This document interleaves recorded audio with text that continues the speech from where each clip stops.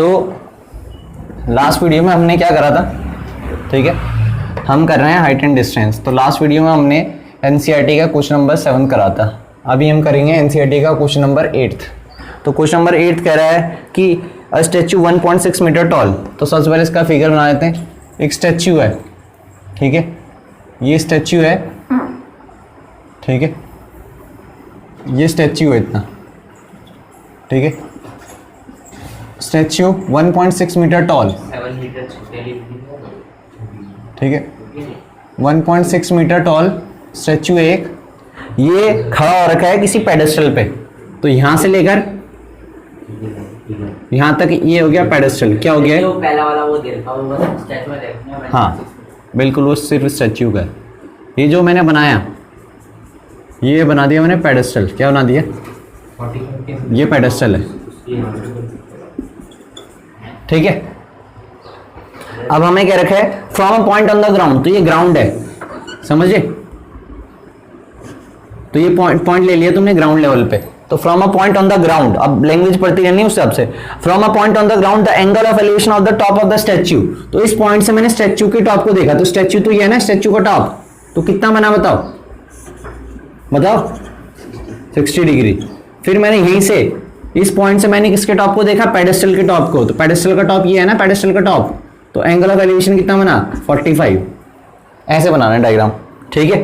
फिर बस, फिर आगे हमें जो जो हिंट दे रखी है, ठीक है, बस हो गया। Find the height of the pedestal. तो मैंने ये निकालनी है, ठीक है, ये निकालना है मैंने। अब इसकी नेमिंग कर दे तो पी क्यू, ठीक है, आर एस। तो मैंने निकालना क्या है? Q R. क्या निकालना है मैंने?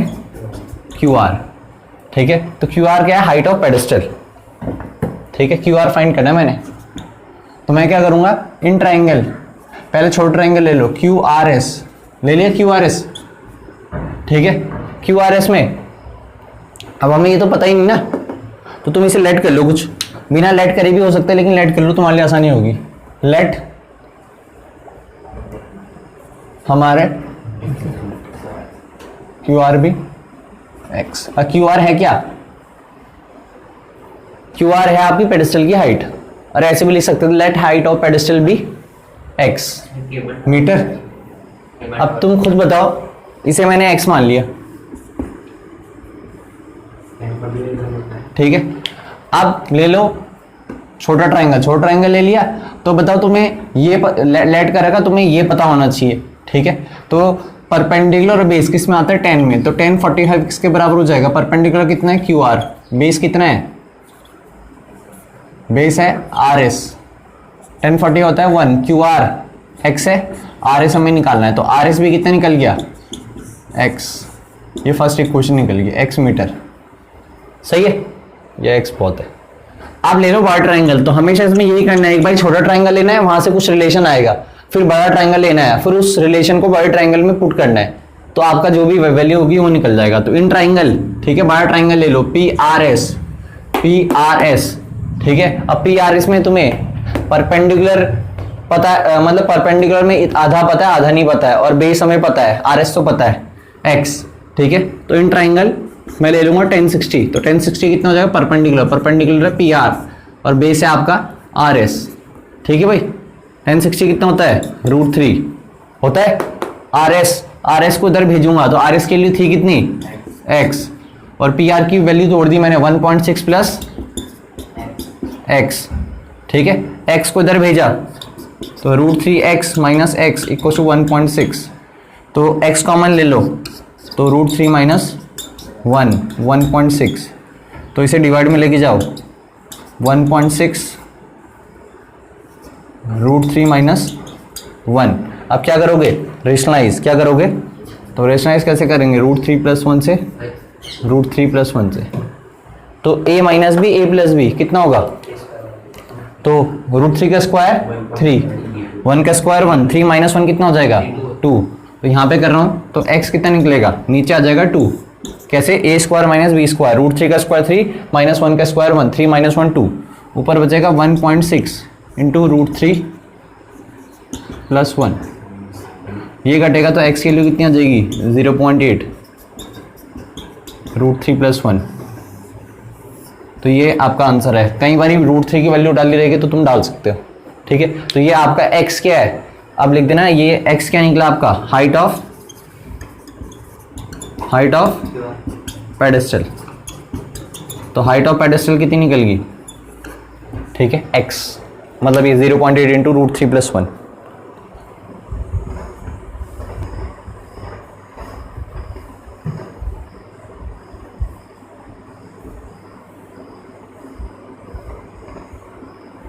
तो हमारा नेक्स्ट क्वेश्चन है, ठीक है, 9th क्वेश्चन, ठीक है।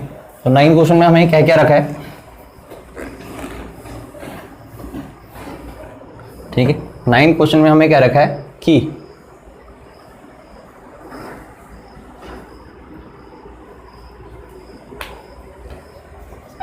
नाइन्थ क्वेश्चन में हमें क्या रखा है, the angle of elevation of the top of a building from the foot of a tower is इतना, ठीक है, and the angle of elevation of the top of tower from the foot of the building is इतना। अब यहाँ पे दो चीजें हैं, अब इसमें डायग्राम थोड़ा अलग बनेगा, ठीक है। तो हमें क्या रखा है, the angle of elevation of the top of building from the foot of the tower, ठीक है।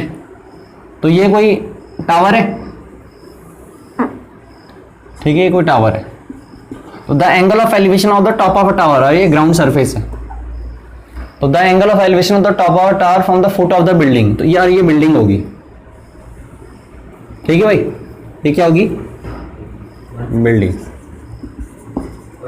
तो हमें क्या रखा, बिल्डिंग के फुट से हमने किसके टॉप को देखा, टावर के टॉप को, तो कितना एंगल ऑफ एलिवेशन बना, ठीक है। तो the angle of elevation of from the foot of the tower is 30 degree. फिर आगे क्या क्या रखा है, फिर आगे हमें क्या रखा है, and the angle of elevation of the top of the tower from the foot of the building. अब हमने कुछ गड़बड़ पढ़ दिया। अच्छा ये 30 डिग्री कुछ और है, एक मिनट रुक जाओ, ठीक है भाई। हमें पहली लैंग्वेज क्या कह रखी, हमें पहले में कह रखा, ध्यान से पढ़ो, the angle of elevation of top of building. तो बिल्डिंग को देखा कहां से, फुट ऑफ टावर से, तो कितना एंगल ऑफ एलिवेशन बना, 60 डिग्री। कितना बना, 60 डिग्री, समझ गए। और फिर आगे हमें क्या रखा है, पहले 30 क्या रखा ना, सॉरी 30 डिग्री है पहले। फिर हमें क्या रखा है कि and the angle of elevation of the top of a tower. अब हमने टावर के टॉप को देखा, क्या देखा, तो ये मान के चलो टावर का टॉप था, तो टावर के टॉप को कहां से देखा हमने, फुट ऑफ द बिल्डिंग से। तो जब हमने टावर के टॉप को फुट ऑफ द बिल्डिंग से देखा तो कितना एंगल ऑफ एलिवेशन बना, 60 डिग्री। तो ये होगा इसका डायग्राम, ठीक है। फिर आगे हमें क्या रखा है, if the tower is 50 metre high, tower की हाइट दे रही मुझे, ठीक है, 50 मीटर, ये टावर की हाइट दे रखी हमें, ठीक है। अब क्या निकालनी, बिल्डिंग की हाइट निकालनी, find the height of the building. तो बहुत आसानी से हो जाएगा, कैसे, ठीक है, इसकी नेमिंग कर दो, तो ABCD, ठीक है। तो आपने निकालना है AB क्या है, हाइट ऑफ बिल्डिंग है भाई, ठीक है। तो लेट, ठीक है, हाइट ऑफ बिल्डिंग को क्या मान लो, ठीक है, H मान लो, X मान लो, जो भी मानना है, ठीक है, B, ठीक है, H मीटर, ठीक है भाई। तो इसे H मान लिया, ठीक है, बिल्कुल AC लाइन ऑफ साइट है। अब हमें H निकालना है, तो AB H के बराबर है, ये फाइंड करना है हमें, क्वेश्चन मार्क। तो मैं पहले ऐसा ट्रायंगल लूंगा जिसमें मुझे पता है, तो मैं ट्रायंगल लूंगा DCB, क्या लूंगा, इन ट्रायंगल DCB, दिख रहा है DCB। तो DCB में देखो, ठीक है, आपको DCB यहाँ पे बनाया इतना छोटा ट्रायंगल, ठीक है, DCB। तो ये आपको पता है 50 सॉरी, आपको BC निकालना है, और ये एंगल आपको पता है 60। अब एंगल के सामने परपेंडिकुलर होता है, एंगल 90 के बीच में बेस होता है। तो बताओ क्या चाहिए तुम्हें, फिर बेस और परपेंडिकुलर किस में आएगा, 10 में। तो 10 60 किसके बराबर हो जाएगा, परपेंडिकुलर कितना बताओ, 50, और बेस कितना है, BC।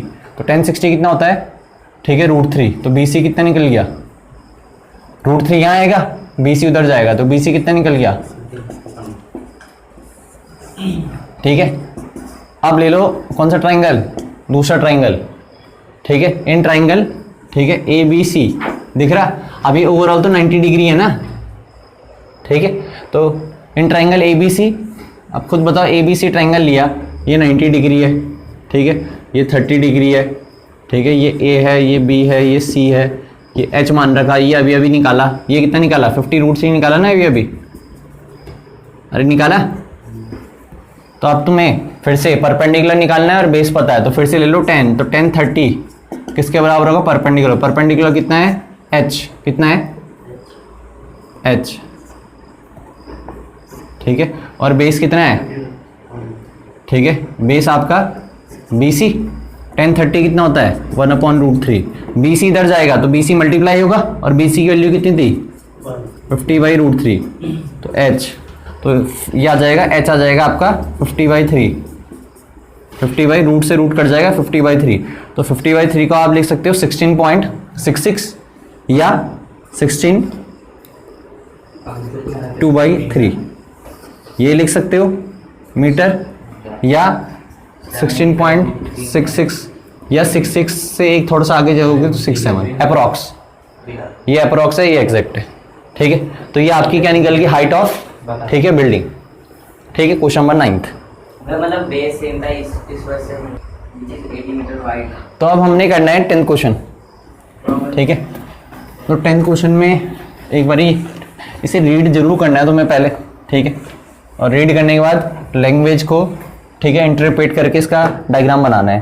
तो हमें 10th क्वेश्चन में क्या रखा, 2 poles of equal heights are standing opposite each other on either side of the road. अब देखो ये रोड है, देख लो, यहाँ से लेकर यहाँ तक रोड है, एक इस साइड पे एक पोल खड़ा रखा, ठीक है, और एक इस साइड पे, इक्वल हाइट के हैं, ये क्या है, ठीक है, इक्वल हाइट के, तो इसका मतलब जितनी हाइट इसकी है ना उतनी हाइट इसकी भी है। 2 poles of equal height are standing opposite each other on either side of the road। Road समझ में आ गई, यहां से लेकर यहां तक है रोड, ठीक है। फिर हमें क्या रखा है कि which is 80 metre wide, road की इतनी वाइड है 80 मीटर, समझे, रोड की हमें विड्थ दे रखी है 80 मीटर। फिर आगे हमें क्या रखा, from a point them on the road. अब रोड पे कोई पॉइंट है, तो रोड पे बच्चे क्या करते हैं, एकदम सेंटर पे ले लेते हैं पॉइंट की, 40 से 40 है, उन्होंने तो नहीं बोला ना कि exact Midway between the road, ऐसा तो नहीं बोला, तो हमने ले लिया यहां पे, तो ये कोई पॉइंट है, ठीक है। इस पॉइंट से मैंने क्या देखा, ठीक है, from a point on the road, from a point between them on the road the angle of elevation of the, अब बिटवीन क्या ना वो समझते हैं एकदम बीच में, ठीक है। तो from a point between them on the road, मतलब रोड पे कोई पॉइंट है, ठीक है, द एंगल ऑफ एलिवेशन, ठीक है, of the top of the pole are 60 and 30। तो एक पोल का एंगल ऑफ एलिवेशन कितना है, 60, कितना है,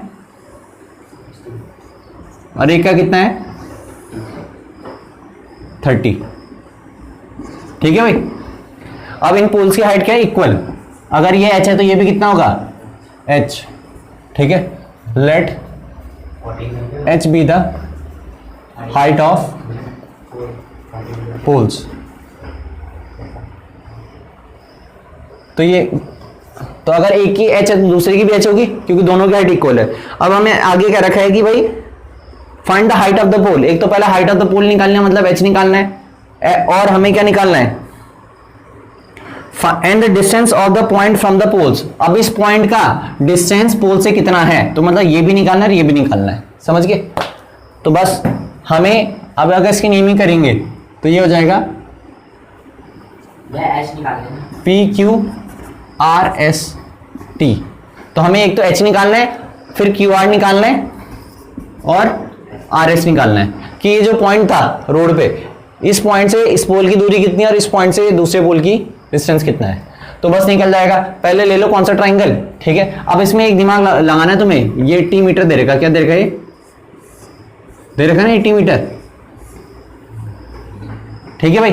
तो तुम करो क्या, let h be the height of the pole, हमने लेट कर रखा है। अब तुम इसको, तुम्हें कुछ ना कुछ लेट करना पड़ेगा, किसको, ये डिस्टेंस को। डिस्टेंस तो मुझे कुछ कहीं रखा है, तो अगर मैंने इस डिस्टेंस को x माना, देख लो किस डिस्टेंस को, इतनी डिस्टेंस को मैंने क्या माना, x, तो बचा हुआ कितना निकलेगा,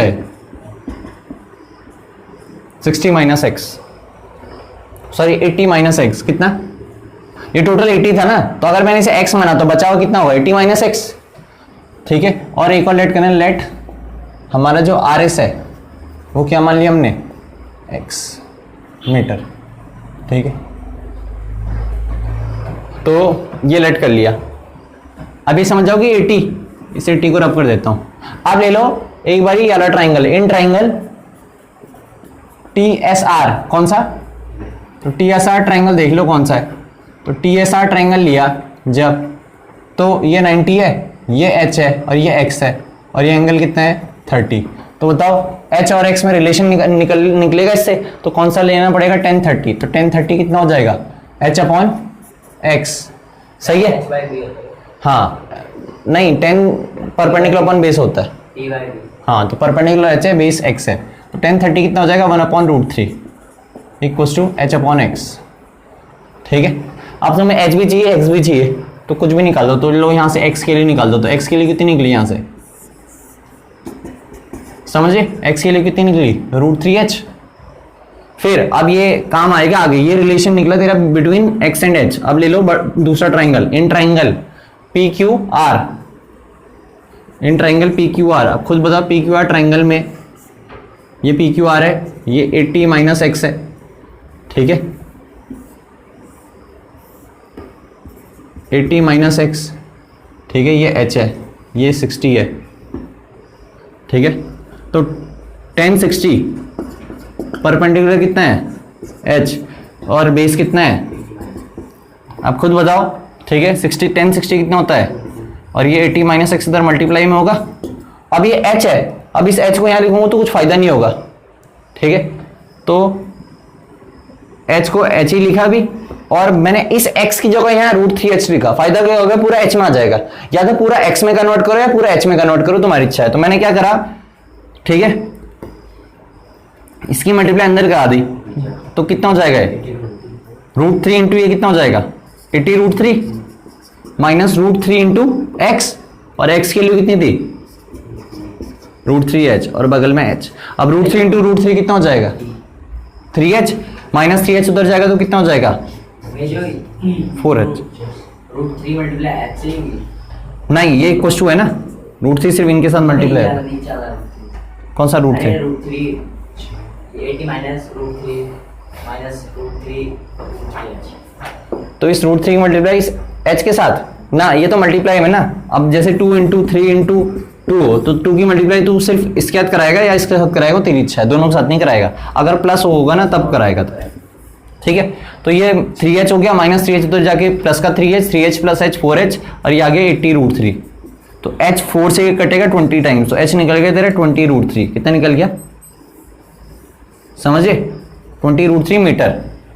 ठीक है, अब इस h के लिए यहां पे डाल दे तो क्या निकल जाएगा। ठीक है, तो पुट इन इक्वेशन फर्स्ट। तो h तो निकल गया, देखो एक चीज निकल गई तुम्हारी h मतलब हाइट ऑफ पोल निकल गई। ठीक है, अब √3 की वैल्यू डाल रखी होगी तो डाल देना 1.732, वो तुम खुद देख लेना। ठीक है, क्वेश्चन। अब इसके बाद QR निकालना है, तो QR का मतलब क्या था 80 माइनस एक्स, और SR तो निकल ही गया, कैसे, इसे यहाँ पे पुट कर दो तो x कितना निकल जाएगा। ठीक है, √3 इंटू 20√3, समझ में आए, इस h की वैल्यू यहाँ पे डाल दी। ठीक है, तो ये हो गया x कितना निकल गया, √3 इंटू √3 3, 20 इंटू 3 60। ठीक है, तो ये x निकल गया 60। x का मतलब क्या निकल गया, ये x का मतलब RS निकल गया है, RS 60 है। अगर RS 60 है तो therefore RQ कितना निकल जाएगा, 80 में से 60 को माइनस कर देंगे 20। तो बस ये सारी चीजें निकालनी थी हमने, सब निकाल दी। ठीक है, तो ये था क्वेश्चन नंबर 10th। तो ये हमारे हो गया आज 3 क्वेश्चंस। ठीक है, बाकी 11th आप खुद ट्राई करोगे। 11th बहुत आसान क्वेश्चन है। 11th का डायग्राम आपको दे रखा है, सब कुछ दे रखा है। ठीक है, आप खुद करोगे। ठीक है, ठीक, आप आगे ट्राई करोगे 12 13। ठीक है, 12 13 14 ये आप ट्राई करोगे। और साथ में मैं आपको शीट दे रहा हूँ, शीट मैं आज टेलीग्राम चैनल पे डाल दूंगा। ठीक है, इसकी शीट तो टेलीग्राम चैनल पे शीट करके स्टार्टिंग के 15 क्वेश्चंस, स्टार्टिंग के 15 क्वेश्चंस आपको करने हैं उसमें शीट में। तो अभी आप PDF से कर लो। ठीक है, टेलीग्राम चैनल पे मैं शीट डालूंगा, उस शीट के 15 क्वेश्चन करने हैं स्टार्टिंग के ट्राई। कल मैं पहले ये बताऊंगा, उसके बाद फिर 15 क्वेश्चंस के डाउट बताऊंगा, ठीक है। जो ऑनलाइन देख रहे ध्यान से सुन लेना, उनका होमवर्क क्या क्या है। एक होमवर्क ये है, ठीक है, 11 करना है, 12, 13, 14 करना है, और 15 क्वेश्चन करना है, starting 15 questions of trigonometry sheet, मतलब एप्लीकेशंस ऑफ ट्रिग्नोमेट्री की जो प्रैक्टिस शीट है उसके 15 क्वेश्चन करने हैं स्टार्टिंग के। ये कल आपका होमवर्क है।